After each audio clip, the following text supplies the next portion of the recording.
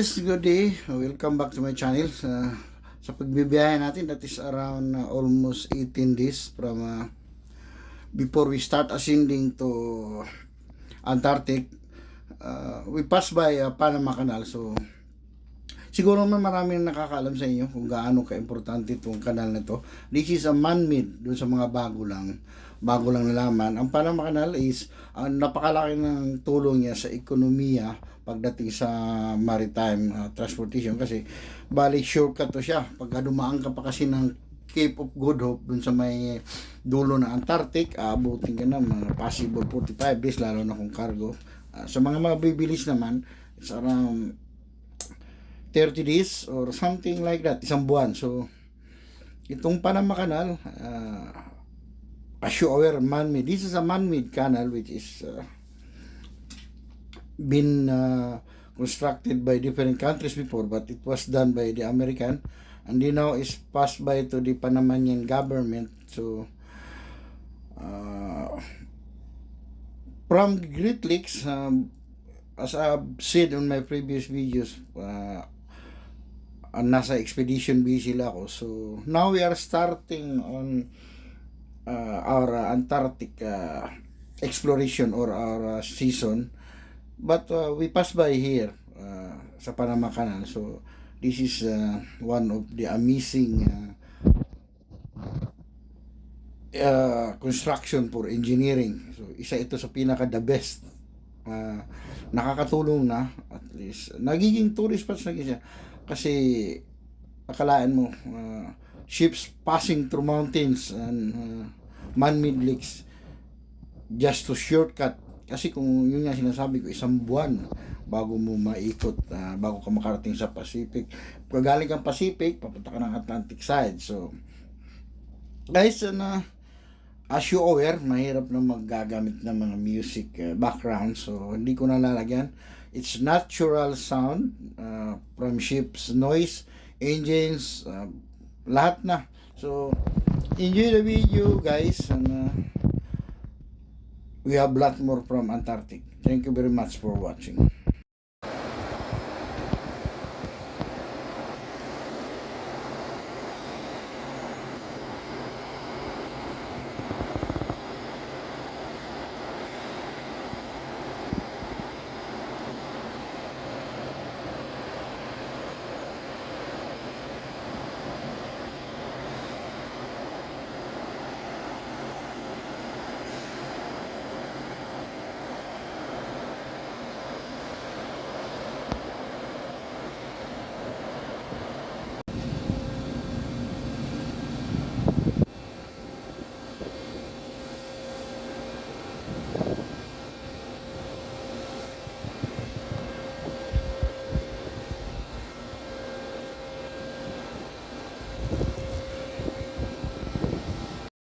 So one more thing guys, yung palang pagpipill up ng LAX is matagal din kasi malalim siya. So it will cost several, hindi naman din, siguro dalawa o hindi ko rin sure, pero pinakamahaba na siguro isang oras. So kasi ang pag-flooding ng LAX is mabilis naman kasi alalaki naman ng ginamit lang machineries ng canal management. So sure aware, yung diesel namin naka-standby siya kasi pina-flooding muna yung LAX. So after na-flooding yung LAX, aangat yung barko. So in the next stage, kasi ito yung part ng LAX, paangat kasi ito guys from the bottom, from Atlantic. Nasa Atlantic kami nagagaling, so going to Pacific. So ibig sabihin mababa, paakyat kami. This part of the ship is going up. Tingnan nyo lang sa video, later on makita nyo sa likod yung ibang bisil na sa baba. So and in the part when we near to Pacific, pababa naman guys. So just be patient with how the ships move kasi nga ipa-flood muna yung LAX. Gagamit siya ng mga several hours, not so long but medyo mahaba. So guys, again, I'll be very thankful to subscribing me. So thank you very much again.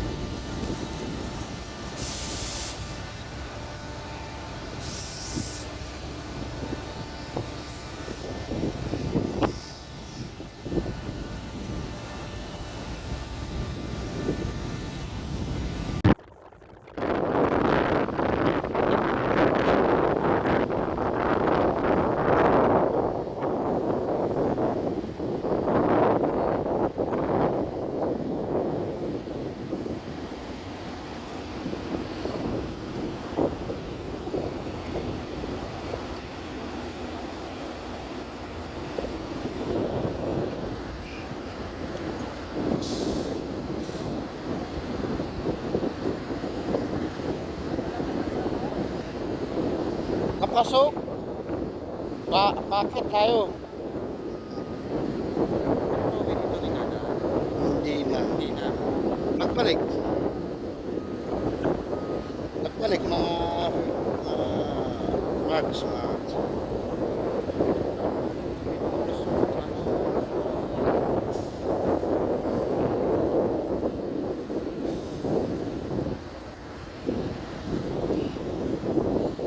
Hinihila lang to.